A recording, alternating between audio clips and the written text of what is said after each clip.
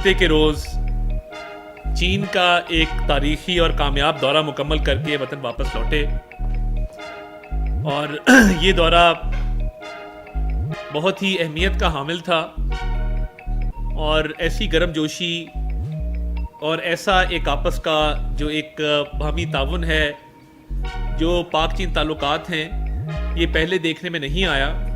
اور میں سمجھتا ہوں کہ جب میں کہتا ہوں کہ یہ ایک تاریخی دورہ بھی تھا اور اس میں وہ موضوعات بھی زیر بحث آئے جو پہلے کبھی نہیں آئے تھے، تو میں سمجھتا ہوں کہ یہ پاک چین دوستی کے اندر ایک نئی جہت ہے اور ایک نئے دور کا آغاز ہے۔ اور چین اور پاکستان کی دوستی، وہ جب ہم کہتے ہیں کہ وہ لازوال ہے، وہ ہمیشہ آل ویدر ہے، یعنی وہ اچھے برے وقتوں کی محتاج نہیں ہے، اور اچھے برے وقت آتے رہتے ہیں، مگر پاک چین دوستی جو ہے وہ کہتے ہیں انگریزی میں کہ it has stood the test of time, یعنی وہ ہر دور میں لازوال رہی ہے، ہر دور میں مثالی رہی ہے۔ اور دیکھیے، جب میں بات کرتا ہوں نا کہ پاکستان کی جو خارجہ پالیسی ہے اس پہ جو کامیابیوں کا سلسلہ ہے، آپ دیکھیے کہ پاکستان کا اقوام متحدہ کی سلامتی کونسل کا رکن منتخب ہونا اور اتنی میجورٹی آف ووٹس کے ساتھ ہونا، پچھلی دفعہ جب ہم ہوئے تھے تو 3-4 ووٹوں کی میجورٹی تھی، اس دفعہ آپ دیکھیں کہ اتنی بڑی میجورٹی ووٹس ملے ہیں، 182 ووٹ سیکیور کیے آؤٹ آف 185۔ تو میں سمجھتا ہوں کہ یہ بہت بڑی کامیابی ہے کہ پاکستان پہ اعتماد ہے دوست ممالک کا، پاکستان کی عزت ہے بین الاقوامی سطح پر، اور اس میں دوست ممالک میں چین کا بڑا کردار ہے۔ اور چین کے صدر نے، چین کے وزیر اعظم نے وزیر اعظم شہباز شریف کو اس کامیابی پر مبارکباد پیش کی کہ آپ قومی سلامتی، جو اقوام متحدہ کی سلامتی کونسل ہے، اس کے رکن منتخب ہوئے ہیں۔ اور جب میں کہتا ہوں کہ ایک تاریخی دورہ تھا اور کامیاب ترین دورہ تھا، تو اس کی وجہ یہ ہے کہ پریزیڈنٹ شی کے ساتھ 3.25 گھنٹے جو ہے وہ میٹنگ جاری رہی، جس میں پہلے ڈیلیگیشن لیول ٹاکس ہوئیں، آپس میں میٹنگ ہوئی، اور اس کے بعد پھر جو عشائیہ انہوں نے دیا تھا۔ اور دیکھیے کہ وہاں پہ پاکستانی ترانوں کا بجنا ہمارے لیے ایک فخر اور اعزاز کی بات تھی کہ چینی ملٹری بینڈ نے وہاں پہ پاکستانی ترانے بجائے، اور یہ بڑی ایک غیر روایتی بات ہے کہ پاکستان کے ڈیلیگیشن کے آنر میں وزیر اعظم کے اعزاز میں اس قدر گرم جوشی جو ہے وہ دیکھنے میں آئی۔ اور دیکھیے، جب سی پیک کو اپ گریڈ کرنے کی بات ہوتی ہے یا سی پیک 2.0 کی بات ہوتی ہے، تو وزیر اعظم نے جانے سے پہلے جو ایک بیان دیا، ویڈیو پیغام دیا، اس میں انہوں نے بات کی کہ یہ سی پیک کا سیکنڈ فیز ہم شروع کرنے جا رہے ہیں۔ اور چینی قیادت سے جب ہماری بات ہوئی تو انہوں نے کہا کہ یہ سی پیک کو اپ گریڈ کرنے لگے ہم۔ ان کے وزیر اعظم نے، ان کے صدر نے، ان کی مہربانی ہے کہ انہوں نے سی پیک کو اپ گریڈ کرنے کی بات کی۔ اور چائنا پاکستان اکنامک کوریڈور میں سمجھتا ہوں کہ ایک ہماری لائف لائن ہے، اور پاکستان کے اندر معاشی ترقی کے حوالے سے، معاشی استحکام کے حوالے سے، انڈسٹریلائزیشن کے حوالے سے، مہنگائی کو کم کرنے کے حوالے سے، تجارت کے حوالے سے اس کی بہت اہمیت ہے۔ گوادر پورٹ کی آپریشنلائزیشن ہے، 1 بیلٹ 1 روڈ ہے، موٹر ویز ہیں، مین لائن 1 ہے جو آپ کی ریلوے لائن ہے۔ وہاں پہ نہ صرف مین لائن 1 کی بہت بات ہوئی، جس پر ایک کمیٹی تشکیل دی گئی ہے جو اس پہ ورکنگ کر رہی ہے کہ کس طرح اس کے جو ٹریک ہے اس کو بڑھایا جائے، اور کراچی سے ملتان اور اس سے آگے لے جایا جائے۔ اور نہ صرف مین لائن 1، بلکہ میں سمجھتا ہوں کہ وزیر اعظم صاحب نے ہر میٹنگ میں KCR کا ذکر کیا، کراچی سرکولر ریلوے کا، اور ہائی لیول ٹاکس کے اندر KCR کا ذکر ہوا۔ اور میں سمجھتا ہوں کہ یہ بہت بڑی بات تھی کہ چینی قیادت نے بھی اس کو بڑے اچھے پیرائے میں لیا، کراچی سرکولر ریلوے کے پروجیکٹ کو۔ اور دیکھیے، جب سرمایہ کاری کی بات آتی ہے تو B2B وہاں پہ جو بات ہوئی، جس میں 32 معاہدے سائن ہوئے، جو پاکستانی بزنس مین کا ڈیلیگیشن گیا تھا، جو کاروباری شخصیات یہاں سے گئی تھیں، ان کی جب چینی کاروباری شخصیات، چینی کمپنیز کے ساتھ میٹنگز ہوئیں تو شراکت داری کے بہت سارے معاملات طے پائے، اور بہت ساری